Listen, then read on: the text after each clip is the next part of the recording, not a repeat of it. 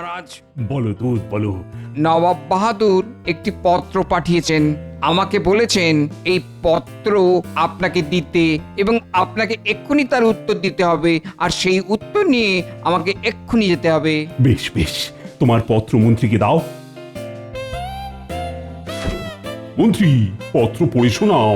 কল্যাণী সুখ কৃষ্ণচন্দ্র, আশা করছি তোমার পূজারা বেশ মহা আনন্দেই আছে, আর তারা তোমাকে মন প্রাণ দিয়ে খাজনাও দিয়েছে। তোমাকে যে কারণে এই পত্র পাঠিয়েছি সেটি হচ্ছে আগামী 14ই পৌষ অর্থাৎ ইংরেজদের বর্ষ শেষের দিন বড়লাট আমাকে একটি অনুষ্ঠান করিয়া একটি ট্যাঁক ঘড়ি উপঢৌকন দেবেন। ট্যাঁক ঘড়ি? হ্যাঁ গোপাল, ওটি হচ্ছে সময় দেখবার যন্ত্র।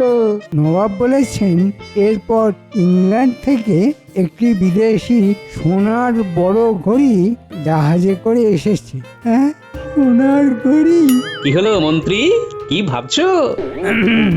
না না, বলছি বড়লাটের ইচ্ছা ঠিক রাত 12টায় সোনার ঘড়ি ঢং ঢং করে বাজিবে। আর এ তো ঢং মহারাজ, এ তো বড়ই রঙ্গ, 12 বার ঢং ঢং করবে। গোপাল, একটু চুপ করো। হ্যাঁ, যা বলছিলাম, সোনার ঘড়ি ঢং ঢং করে বাজিবে আর বড়লাট কেক নামক একটি মিষ্টান্ন কাটিয়া নতুন বর্ষ উদযাপন করিবে। তারপর বল নামক এক প্রকার নৃত্য করিবেন। হ্যাঁ, বল নাচ? সে আবার কি? এ কি আমাদের উপর বলপ্রয়োগ করা হবে নাকি? তোমাকে কি আমন্ত্রণ করা হয়েছে গোপাল? সে যাই হোক, বল প্রয়োগের ব্যাপারটা আমার মাথায় কিন্তু থাকলো। মহারাজ, নবাব লিখেছেন বল নৃত্য সাহেব মেয়ে সবাই মিলেই নাচে, আমরা দর্শনে উপভোগ করব। তুমি এবং তোমার পাত্র মিত্র সবাইকে আনিবে, এটাই আমার ইচ্ছা। আমিও বড়লাটকে দেখাতে চাই আরে ঘরে আমরাও কিছু কম যাই না। এবং কি? গোপালকে অবশ্যই আনিবে। মহারাজ, মনে হচ্ছে নবাব বাহাদুর গোপালকে দিয়ে বল নৃত্য করাবে। পরিশেষে জানাই, এই বছরের পূর্ণ খাজনা আমার কাছে এখনো এসে পৌঁছায়নি। নবাব ঘুরে ফিরে সেই খাজনাতে এসেই আটকে যাচ্ছেন মহারাজ। বর্ষবরণে এত বাজনা বাজবে আর উনি খাজনা নিয়েই চিন্তিত। বেশ, তুমি যাও, নবাবকে গিয়ে জানাও 14ই পৌষ প্রত্যুষে মহারাজ কৃষ্ণচন্দ্র, তার পাত্রমিত্র এমনকি গোপাল সমেত নবাবের কাছে পৌঁছে যাবেন। ধন্যবাদ মহারাজ, আপনার আজ্ঞা নিয়ে আমি আবার রওনা দিচ্ছি নবাবের কাছে। তাহলে মহারাজ, এটা তো বড়লাটের আমন্ত্রণ হলো না? না না না, এটা নবাবের এক প্রকার হুমকি হলো। আমরা কিন্তু নবাবকে জানিয়েছিলাম যে হেমন্তে অসময়ে বৃষ্টির জন্য প্রজাদের অনেক ফসল নষ্ট হয়ে গেছে। কিন্তু উনি বলেছিলেন বৃষ্টির সময় বৃষ্টি হবে, এ আর আশ্চর্য কি? অর্থাৎ নবান্নের পূর্বে ভারী বৃষ্টি চাষিদের কিরকম ক্ষতি করে সেটি নবাব জানেন না, উনি সময়ের দোহাই দিচ্ছেন। কি বলতে চাইছো গোপাল? এটাই বলতে চাইছি যে নবাবের এই সময় জ্ঞানের অভাব ইংরেজরা বিলক্ষণ ধরতে পেরেছে, আর তাই তারা নবাবকে ওই ট্যাঁক ঘড়ি দিচ্ছেন। তোমারও কি ওই রকম ট্যাঁক ঘড়ির শখ জেগেছে নাকি গোপাল? আমার কি শখের শেষ আছে? সোনার ঘড়ি? হ্যাঁ, না, এটাকে কিভাবে কবজায় করা যায় ভাবি। ও, তার মানে তুমি এখন চললে? নবাবের আমন্ত্রণ বিশেষভাবে আমাকে। এটা জানি জানি, তুমি গিয়ে রঙ্গ করবে আর সবাই হাসবে বলি আর কেউ নেই যে নবাবকে হাসাতে পারে। আহা গিন্নি, তুমি বুঝতে পারছো না, এটা শুধু নবাবকে হাসানো নয়, এটা ইংরেজ সাহেবদের বল নৃত্য। তুমি কি যে ছাই পাশ চাকরি করো বুঝি না, শেষে নৃত্য করতে যাওয়া হচ্ছে। আহা, আমি নাচবো নাকি? তুমি নাচলে যে কি হবে সেটাই ভাবছি। ঘরে তো তুমি নাচো না, সবাইকে নাচাও। মানে কি কি কি কি কি বলতে চাইছো কি তুমি? আজ 7 দিন ধরে বলে যাচ্ছি কই মাছের ঝাল খাবো গো, তা 7 দিনে তুমি বাজারে কই মাছ দেখতে পেলে না? খালি আজ আনবো কাল আনবো বলে না চাচ্ছ। হ্যাঁ, কি কাণ্ড হচ্ছে! এত বড় একটা সাহেবদের অনুষ্ঠানের বিষয়ে কথা, আর সেখানে তুমি কিনা কই মাছ নিয়ে এলে। কই আমার, কই মা। এই কই কই করছো কেন? কই শুনে তুমি কই কই কই কই করছো? কি? সোজা কথা বলে দিচ্ছি, কই মাছের ঝাল যদি না খাওয়াতে পারো তাহলে তোমার ওই নাচতে যাওয়া হবে না। হ্যাঁ, কি আশ্চর্য! মহারাজ বললেও হবে না। হ্যাঁ, আরে শোনো গিন্নি, এটা একটা বিরাট ব্যাপার। সাহেবরা আমাদের নবাবকে ট্যাঁক ঘড়ি উপহার দেবেন। এটা একটা যাকে বলে দুর্লভ মুহূর্ত হবে। সেই সময় উপস্থিত থাকা একটা বিশাল বড় ব্যাপার গিন্নি। ও তাতে তোমার কি? হ্যাঁ, তুমি নিজে তো ট্যাঁক খালি করে সব সময় বসে থাকো। হ্যাঁ, উফ গিন্নি, শোনো শোনো, একটা বিশাল সোনার ঘড়ি জাহাজে করে এসেছে। সেইটা ঠিক রাত 12টায় ঢং ঢং করে বাজবে। সোনার ঘড়ি হোক আর তামার ঘড়ি, ঢং ঢং ঢং ঢং করে বাজবে। সেই নিয়ে তুমি এত ঢং করছো কেন বাপু? বলি কটা সোনার গয়না গড়ে দিয়েছো আমাকে? হ্যাঁ? এই রে, কই মাছ তো এর থেকে ভালো ছিল। কিচ্ছু বলি না বলে তো তুমি পেয়ে বসেছো। এখন বাজারে যাও, ভালো দেখে কই মাছ নিয়ে এসো, তবে তুমি যেতে পারবে, এই আমি বলে দিলাম।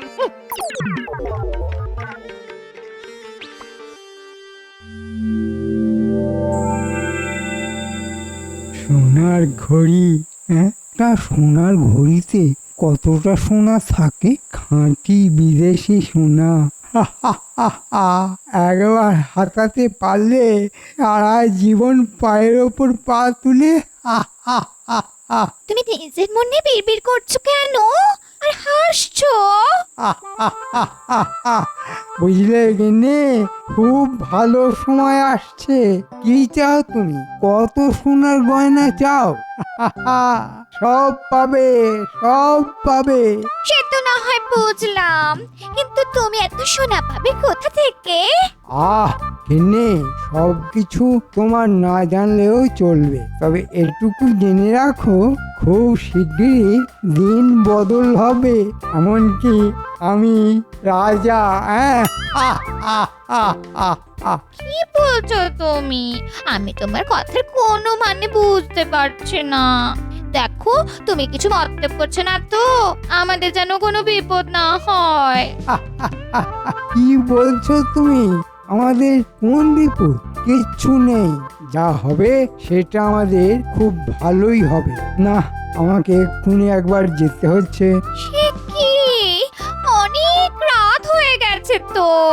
দিনে যদি সূর্যের মুখ তাড়াতাড়ি দেখতে চাও তাহলে রাত থাকতেই বেরোতে হবে বই কি। আর এই কাজ আমার রাতের কাজ, সব কাজ দিনে হয় না।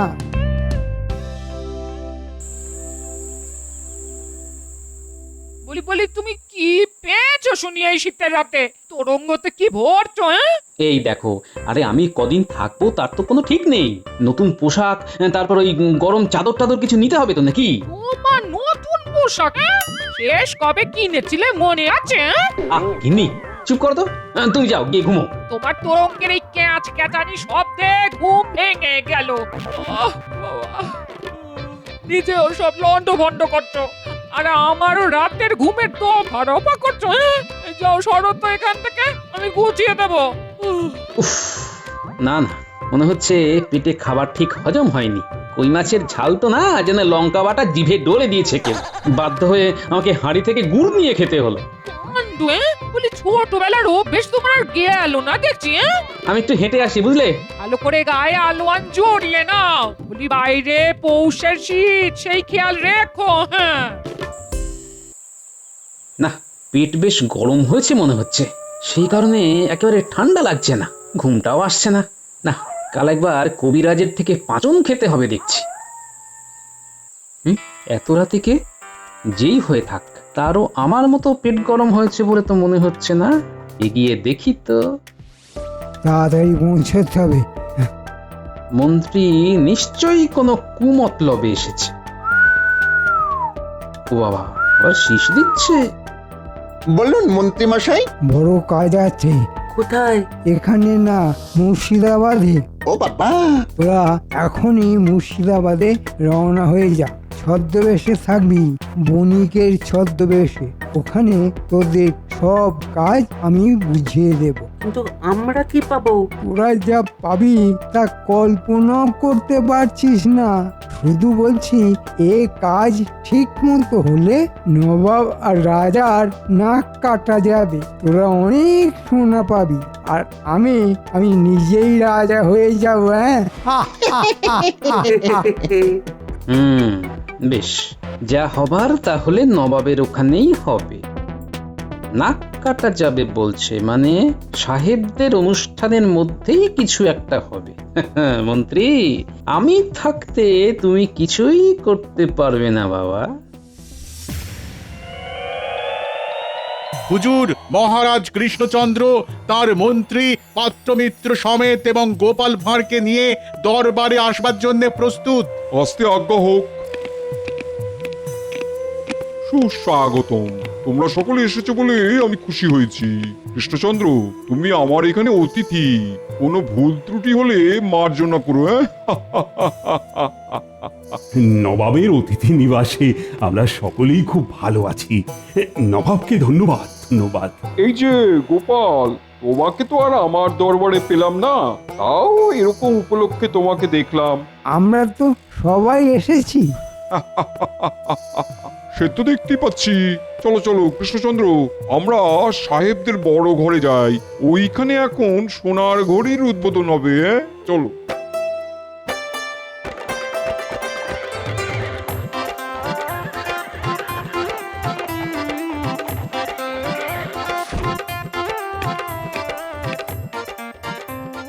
এই বিশাল গম্বুজ কি সাহেবরাই বানিয়েছে? আমার শ্রমিকেরাই কাজ করেছে, এরা নকশা দিয়েছে, যথাযথ পারিশ্রমিক এনারাই দিয়েছেন।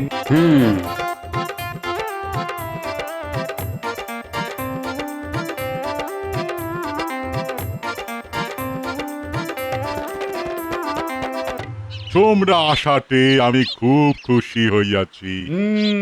আমরাও খুশি। উদ্বোধন পর্ব যত তাড়াতাড়ি করা যায় ততই ভালো। আমরাও তোমাদের ঘড়ি দেখতে ভীষণ উৎসাহী। নিশ্চয়ই। পরিচয় করাই, কৃষ্ণনগরের মহারাজ কৃষ্ণচন্দ্র, তার সহযোগী এরা সবাই। কিন্তু একে চিনে রাখুন, এ হলো গিয়ে গোপাল ভাঁড়। ও বেশ, কৃষ্ণচন্দ্র, আমি বড়ই খুশি হলাম তুমি আসাতে। গোপাল বাবু, তোমাদের স্বাগতম। ইয়ে মানে ওই গ্যাপালটা কি? Gopal Gopal Gopal is funny, Gopal is funny. Clock পাশের ঘরে, আই মিন রুম। ও সরি সরি সরি, দুঃখিত দুঃখিত।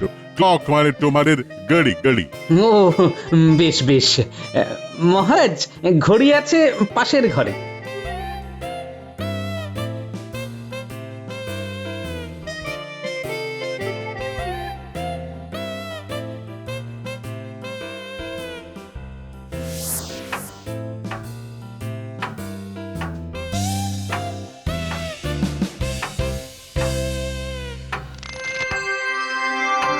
চমৎকার, অপূর্ব অপূর্ব।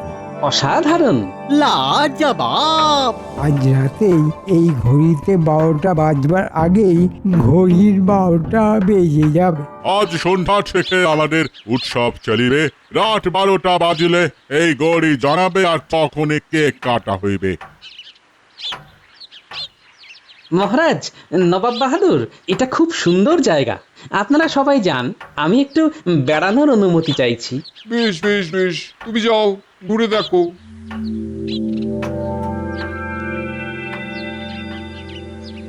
কেমন আছো প্রহরী? আমরা একটু ভেতর ঘুরে দেখতে চাই। অনুমতি চাই, অনুমতি ছাড়া ঢুকতে দেওয়া হয় না। আচ্ছা, আমরা এই গম্বুজের বাইরে বাগানটা তো ঘুরতে পারি।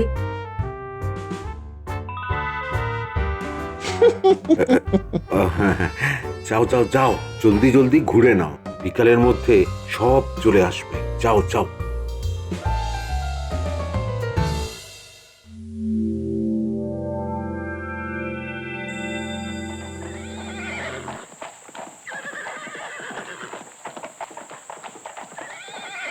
কি কি হলো গোপাল?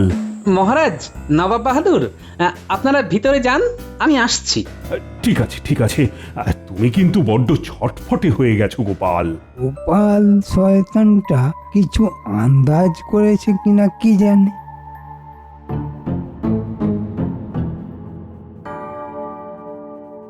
কি চাই? তুমি তো দুপুরে ছিলে, দুজন ভেতরে গিয়েছিল। না, এইরকম কিছু তো ঘটেনি। তুমি মোহর নিয়ে মানে ঘুষ খেয়ে দুজনকে ভিতরে ঢুকিয়েছো। নবাব জানতে পারলে কিন্তু তোমার গর্দান যাবে। তুমি জানলে কি করে? আমি সব দেখেছি। খুব ভুল হয়ে গেছে। ওরা বাগানে গেছিল কিন্তু বেরোয়নি।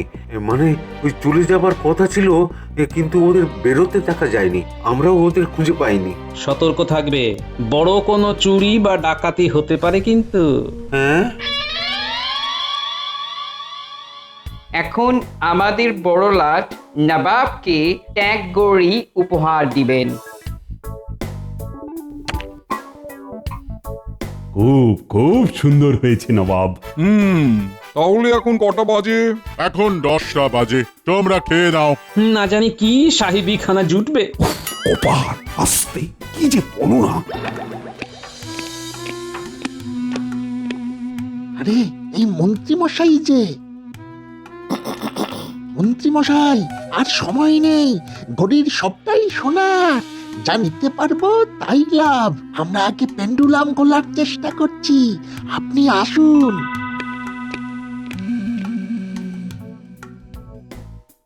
সবাই শুনবেন, ঠিক রাত 12টার সময় ঘড়ি ঢং ঢং করে, তখন সবাই চিৎকার করিয়া বলিবেন, happy new year. Happy new ইয়ার।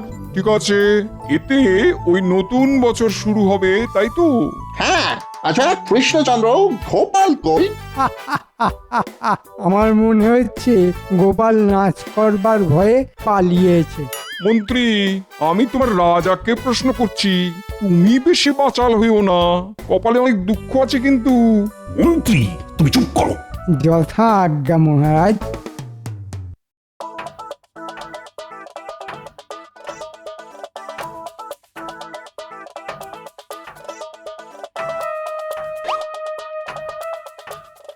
উফ, এত বড় ঘড়ি সে তো বুঝতে পারেনি। তুই যেই ডান্ডা ঝুলছে ওটা ধরে কাঁটায় পৌঁছা।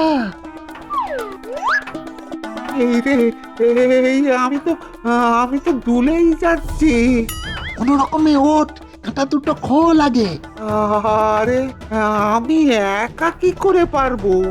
উফ, দাঁড়া দাঁড়া, মন্ত্রী যে কি কাজ দিল।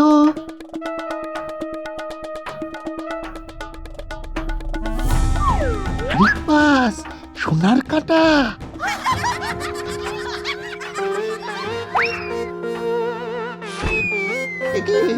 মই কোথায় সরে যাচ্ছে রে? তো গড়িয়ে যাচ্ছে রে, তলায় টাকা লাগানো যে। কি গোপাল? ঢং ঢং করে ঘড়ি বাজু, মই আজ তোমাদের কপালে জুটছে না।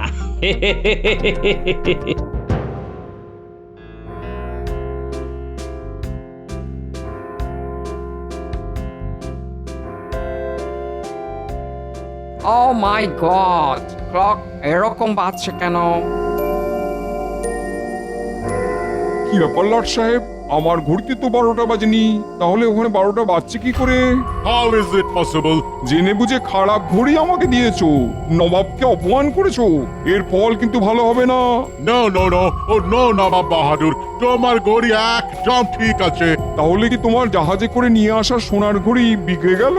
মহারাজ, নবাব বাহাদুর, আমি এর কারণ জানি। Oh my God, তুমি ঘড়িটা কি করিয়াছো?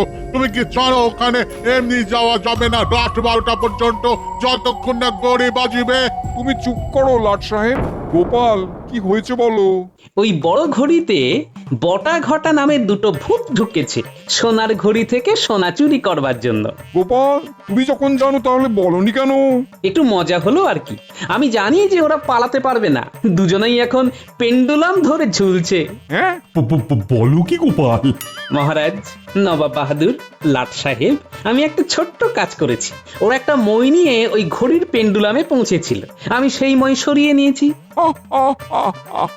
খুব ভালো করেছো গোপাল, খুব ভালো করেছো। Good good good, very good very good, খুব ভালো খুব ভালো। কিন্তু বটা ঘটা এখানে এলো কি করে? ওই যে মন্ত্রী পালাচ্ছে, ওকে ধরুন। ওই মন্ত্রী বটা ঘটাকে দিয়ে সোনার ঘড়ির সোনা চুরি করবার মতলব মেটেছিল। প্রহরী, ওকে আটকাও শিগগির। চলুন যাওয়া যাক ওই ঘরে। আমাদের প্রোটোকল ছিল যে রাত 12টা বাজলে সবাই ওই ঘড়ির সামনে দাঁড়িয়ে হ্যাপি নিউ ইয়ার বলিবে। আর কোনো কলের দরকার নেই, এখন চলুন তাড়াতাড়ি, না হলে এই ঘড়ির কলকবজা সব বটা ঘটা খুলে দেবে।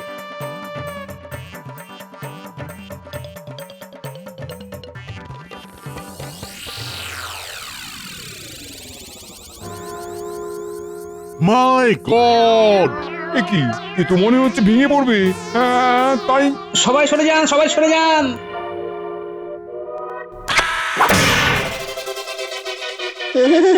ও বাবা গো, ওরে বাবা! নবাব, নবাব, আমার মন্ত্রী আমার মান সম্মান নষ্ট করে দিয়েছে। আপনি আপনি আমার মন্ত্রীকে যে কোনো রকম শাস্তি দিতে পারেন।